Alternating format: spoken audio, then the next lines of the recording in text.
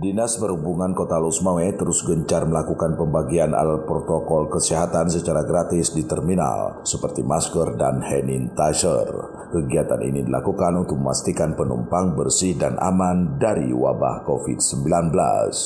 Kepala Dinas Perhubungan Losmawe, Mulyanto, mengatakan dengan adanya prokes memadai di kawasan terminal nantinya mampu menangkal virus tersebut. Ia juga berharap para sopir kondektur untuk tetap memberlakukan jaga jarak sebagai upaya mentaati prokes.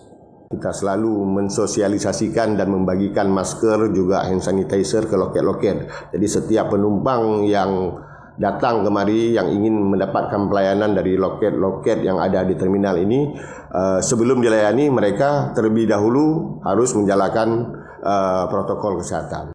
Ia menegaskan akan menindak tegas siapapun yang tak mentaati prokes di kawasan terminal. Kebijakan ini diambil mengingat tingginya aktivitas armada L300 dan bus setiap harinya yang beraktivitas di Losmawe mencapai 1000-an unit.